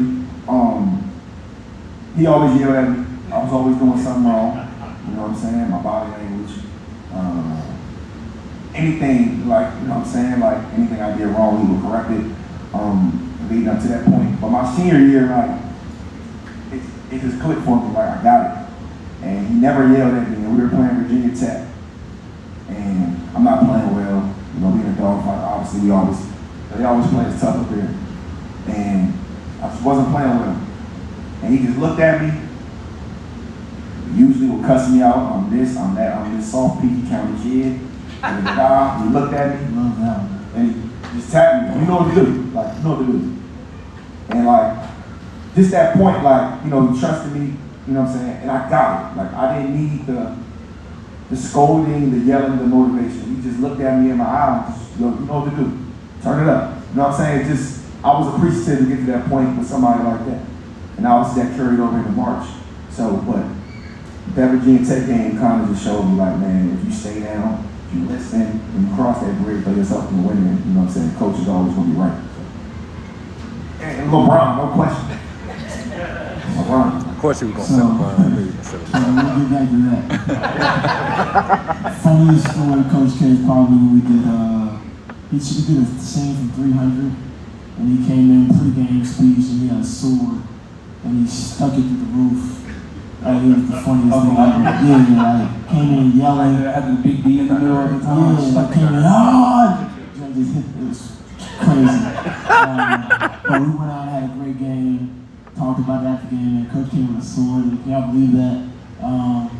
But probably best Coach K story, kind of like motivational-wise, was the first game after Kyrie got hurt. And I go into the game, I'm like, all right, I gotta be a point guard now. I gotta run the team, I gotta run the show. In that first game, I had 2 points and 10 assists. And I'm like, I'm happy with myself. We win the game by 20, and I'm in the locker room after the game. Coaches leave out. I'm just on my phone, ready to go out and celebrate the win. And Spatola comes in, and he's like, hey, Coach wants you. And typically, that's a bad thing. But sometimes, if I won by 20, I'm like, it's a good thing. I'm like, all right, cool. So I go in there all happy. And he goes, as soon as I walk into all the staffs and they're going to watch film, he goes, what the F was that? What do you mean? I just had 2 points, 10 assists. I'm like, man, I was a point guard. I ran the show. He's like, you're not going to help us win if you do that. I'm like, all right, so what do you want? I need you to be you. So, in reality, I wasn't a point guard. I was a scoring guard that could occasionally pass the ball to open play, right? That's how I left it at 21-5. But he was like, I need you to be aggressive, I need you to be yourself. That wasn't it.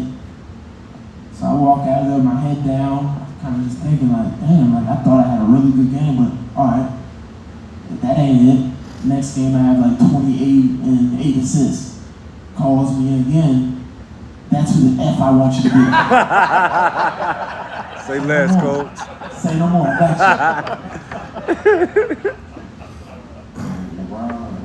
Oh yeah. I mean, For me, the question isn't MJ or LeBron. Oh yeah. I mean, for me, the question isn't MJ or LeBron. It's MJ or Kobe. That's for me. That's the question. He played with LeBron, so again, he saw like the whole totally different light. Totally different light. Huge LeBron fan. Right? Okay. For me, it's Kobe. Mike's the GOAT, but for me, it's Kobe. And then LeBron's right there behind him. That's funny. I got it. First thing, thank y'all for doing this. It's super dope for Raw Fine Dude fans. My question for both of y'all would be, y'all both on 2 of the 5 natty teams. Was there any points in the season where y'all knew you was winning the championship? I'm gonna keep it 100. Like, obviously at Duke, you always got a shot. You know what I'm saying? You always got I believe my sophomore year. You know what I'm saying? Steph Curry was healthy and Ron Kelly was healthy. We would have won that year. Yeah. You know what I'm saying? So like, we always got a shot. But you know, obviously the year that we won it. When we went into Wisconsin and beat them like we did, and like we wasn't shocked, we wasn't surprised. Like that viral clip that goes viral every year, Duke was never the underdog. Like we was shocked that we was really the underdog against them. I know they went to the Final Four the year before. You know what I'm saying? They were older, but I mean, shit wasn't close with them. So that game was one thing, but it was something that happened during the tournament. We played San Diego State on that Sunday to go to the Sweet 16. And me and Nolan lived together, you know, that year. And the team threw me a surprise party on my birthday. Like, shit like that don't happen in college, like, with teams. You know what I'm saying? Like, teams don't do that. Like, NBA teams, college teams, high school teams, that just don't happen. Or we was that close. You know what I'm saying? So, like, I promise you, like, when they did it, they surprised me, whatever. I was super emotional, I was super happy, but, like, I text my mom, like, man, we gonna win this. Like, because we was just too close. It was too close, and it was just something magical about that run. So that's when it really clicked. We had 4 more wins to get, but like when that happened, like I knew we was gonna win it. It was nothing that was gonna stop us. So I would say those 2 things for sure. Yeah, you know, he mentioned I lived with him that year. That's the year I tore my ACL. So when I got down here, he had a 2-bedroom apartment. I moved in with Quinn. So I saw how close that team was because of the birthday parties, the dinners they was having at his crib. They were always over there. And we didn't live too close to campus. But they would make the ride down 1551 to the spot, and we were always together. And I was just out there with my broke knee, sitting there just watching these guys, and I was kind of like an unemployed special assistant, just kind of helping these guys from the couch guy. And then when I was able to walk, I started going to games, and it was just fun to watch that group just be as close as they were. In 2010, we knew we were going to win it the whole year, to be honest with you. We were old, we believed in ourselves, we had been through the battles. The senior class had lost to Eric Maynard, me and Kyle had lost in the second round. Like, so we knew going in, no matter what anybody said, we were unathletic, we didn't have enough tough, like all the negative they said about us, we heard it, we didn't pay attention to it. We knew we had what we needed to do to get it done the whole year. We were hoping we were going to see Kentucky, kind of like we needed to do to get it done the whole year. We were hoping we were going to see Kentucky, kind of like they did. That was the only team as the year went on that we were like, man, them dudes is good. But everybody else, we were like, oh, we got them.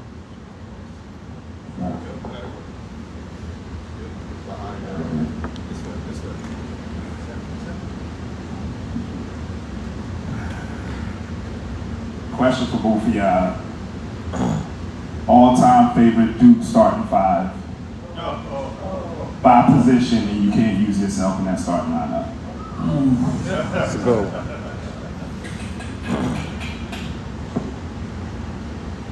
J. Will.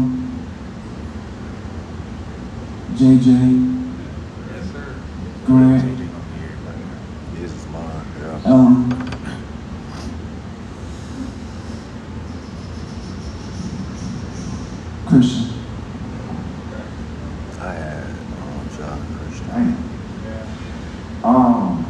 Shit. Tyler at the 1. Smitty at the 2. Trevor Kill at the 3. We're going all DMV. Jig at the 4. We're going to go all DMV. Big Panic at 5. We're going to win. We're always going to DMV. We're going to 5. We're going to win. We're always going to DMV. I have one more follow-up if I may. Favorite Duke team to not win a national championship? That we played on or ever? Ever. I mean, I'll say that Cooper Flag team. After, I think it's senior too. Bro. No, this senior, they were special. They were special. Seth and Dre and them two, and obviously Kyrie getting hurt, but then coming back. I was rooting like I was on the team, bro. So I would say that 2011 good team too. I'll say definitely our 2011 team being one of them. Last year's team. I love last year's group. Me too. I thought they had everything that it took to win. Defensively, offensively, they were connected, they were together, they had tight huddles. Like, I watch every game whenever I can, and that group was special. Lucky ass shot. For real, bro. Let me see. Go ahead. Question for Quinn, NBA question. Not many people have ever played with those Steph Curry and LeBron James. What was that like? How were they similar? How were they different? Yeah, very similar, just in their work. You know what I'm saying? They work. Like it obviously, they're gifted, they're different than us, you know what I'm saying? But like they work for it. You know what I'm saying? Like the work, the hours they put in. You know what I'm saying? Those two. KD as well. You know, those three. Like we could be, in our fourth city in 5 nights. You know, like Josh will tell you, working with Clutch, like we get to these hotels, it's 100 people outside at 3 in the morning. You probably drove 4 hours just to get a glimpse of LeBron and Steph and Katie. And like, they understand, their platform. They're gonna take every picture that they can. They're gonna sign every autograph. They're gonna make you feel important. And then for me, like going for these teams, like you could be the second best player on the team, or you could be a guy on a 2-way, or a guy who's on a non-guarantee who's probably gonna be cut in the next couple practices. Like LeBron, Kevin, and Steph, they make them feel as important as Klay Thompson or Anthony Davis or Russell Westbrook. You know what I'm saying? So being around that meant a lot. And then I formed great relationships with them. Like obviously we all grew up with Kevin, one of my best friends in the world. So that was already established. But like LeBron, I got close with him. Him being from Ohio, my dad's from Ohio. So a lot of my family, is his family. So I've known him since I was a kid. And then Steph, I got close with Steph, when during the lockout year, when his brother was here, he would come hoop with us, talk to us. And then my best game as a rookie was against the Warriors. And he spoke very highly about me after the game. He didn't have to do that. And then I became a free agent. And then, Steph was one of the first people to get it done for me, call me. So, very appreciative of those relationships. And, they're still doing it at a high level, man. And I think, those two are, one of the greatest, two of the greatest of all time, for sure. This question for the both of you guys. Like with the Duke Carolina rivalry, what was the crazy experience, like fan wise or just atmosphere wise, in you guys attending?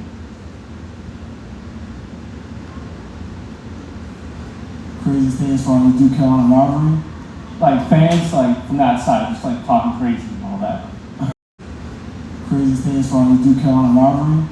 Like fans, from that side, just talking crazy and all that. Talking crazy and all that. I think just the fact that you couldn't go anywhere really all year. See, when it leading up to the rivalry week, that if you're in the grocery store, the mall, so it was it kind of looked like a tombstone. The FedEx driver wrote R.I.P. Duke on it. So it was it kind of looked like a tombstone. The FedEx driver wrote R.I.P. Duke on it. That was crazy. Pretty sure I meant to send it, like whatever. And I hope the dude didn't get fired, but he probably did. I don't think they write that on. I went over to Chapel Hill during rivalry week to hang out with her, and at the Tahoe, I pull up blasting music, and I go into her dorm. I'm hanging out, and before you know, you start looking on Twitter. This is bad. It's showing my age. It was just Twitter. Her dorm. I'm hanging out, and before you know, you start looking on Twitter. This is bad. It's showing my age. It was just Twitter. You start hearing footsteps and all. But at that moment, I knew the Duke rivalry, the Duke was real, and I probably should have went over there during that time. But you do what you gotta do for love. You know?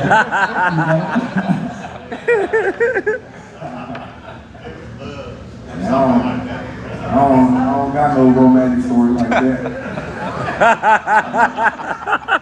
I don't know. I mean, like we partied over there a lot. You know what I'm saying? And I want to say the fans were super respectful to us, but like they wasn't like something like it would be a little banter. You know what I'm saying? Like this, like rivalries, are made because the respect is there. You know what I'm saying? You're not gonna be rivals with somebody that is not on your level, so to say. You know what I'm saying? Carolina had a great, history in basketball.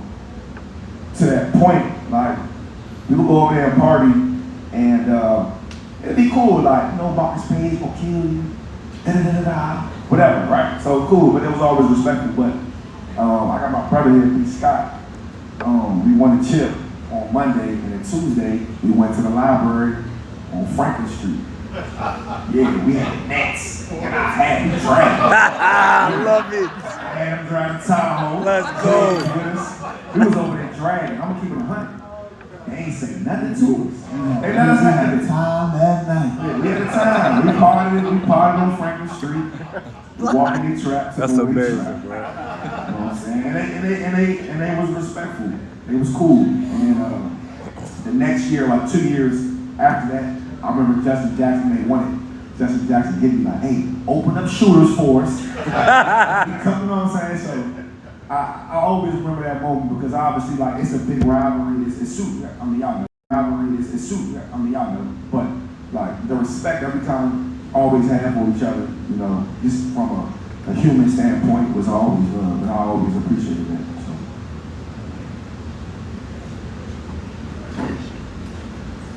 Quinn, what was going through your mind when Tyus hit that shot to seal the 2015 title game? Get a stop. Get another stop. You know what I'm saying? Like, I mean, we've seen it, like, especially, like, basketball is just, like, Cooper Flag and them, they was up 7, with 50 seconds left. You know what I'm saying? And long. So, like, I think that shot put us up 8 or whatever, but, like, it's still never, Coach K, next play.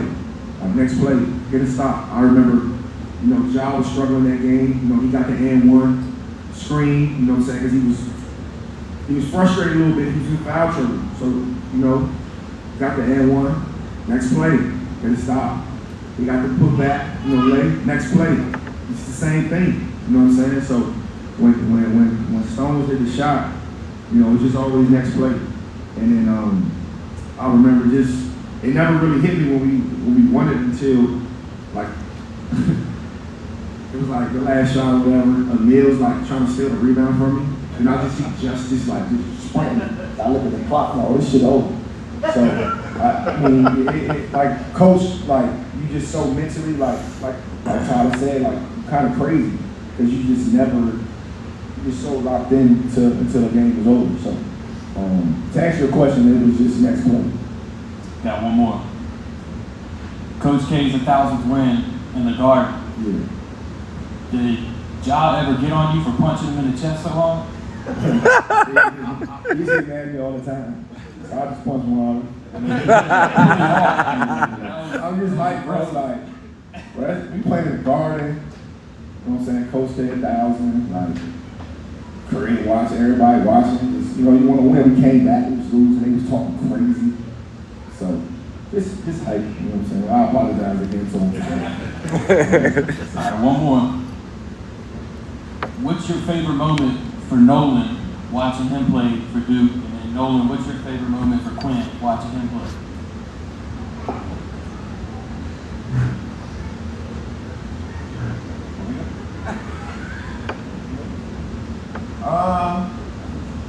At Duke? Yeah. I think winning ACC Player of the Year. I think winning ACC Player of the Year, you know, to make it first team All-American. Him winning was fun. I remember, you know, his freshman year, that summer, like, we was in the gym 2 or 3 times a day. Because he was trying to, you know, take the spot. You know what I'm saying? And he told everybody, I'm gonna start this shit. I'm gonna start it. He ended up, you know, getting a spot. He got hurt, you know what I'm saying, against Maryland. Kind of set him back a little bit. For him to go win a championship his junior year, come back, not go to the league. Could have been a first round pick that year. Come back, bet on himself again. And then win ACC Player of the Year. Just make history, like put his name in it. Like, his name is a little different, like, than certain players that do. To be a national champion and also be ACC Player of the Year, first team All-American, that's a different than certain players that do. To be a national champion and also be ACC Player of the Year, first team All-American, that's a different. He's on a different floor. You know what I'm saying? And he don't get enough flowers for that. He's humble. We're not gonna talk shit. I would say him coming back his senior year and really, like, you know, dominating and really showing him. You know, I was just so proud of him and happy for him. I'll say my biggest moment for Quinn was 2015 national championship, being there for him.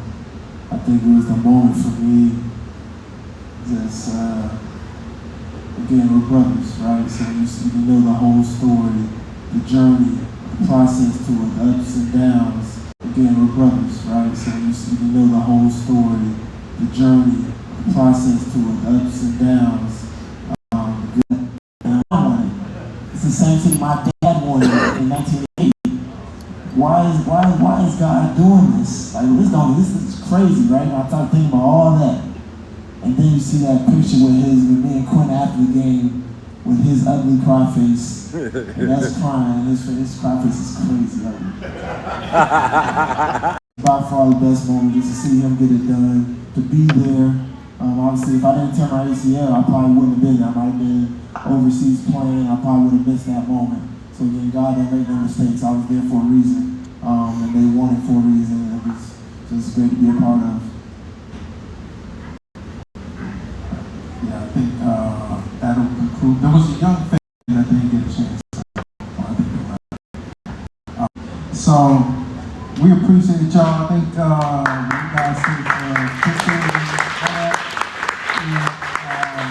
we can conclude if you guys want to come interact with them, but we appreciate y'all for coming out tonight. Like we said, we put this together very quickly. Appreciate y'all doing this. Like I said earlier, like, you guys are a part of the program. You guys make the program. The program is nothing without our supporters. You know, every little ounce of support that you guys give us, you know, it means a lot. You know what I'm saying? And, we came up with the idea last week. We started promoting it Sunday. And just to have this, you know what I'm saying? Could have been 2 of y'all here. And tell the same story, you know what I'm saying? So this is crazy. This is just amazing. I want to meet every one of y'all. If y'all not in a rush to get out of here, we're going to be out there. Take pictures, sign autographs, meet. And I know for me, man, I appreciate all the support, all the love. And we're going to keep doing this. We're going to keep doing things to empower each other, empower, you know, the fan base. This was dope, man. I'm very appreciative of you guys supporting, you know, all 4 of us up here.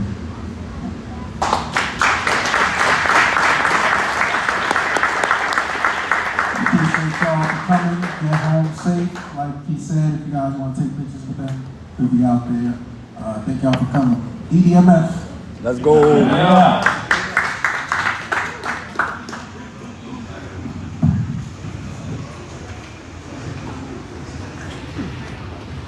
Hold on, y'all. I'm gonna reverse it. Alright, it's a wrap.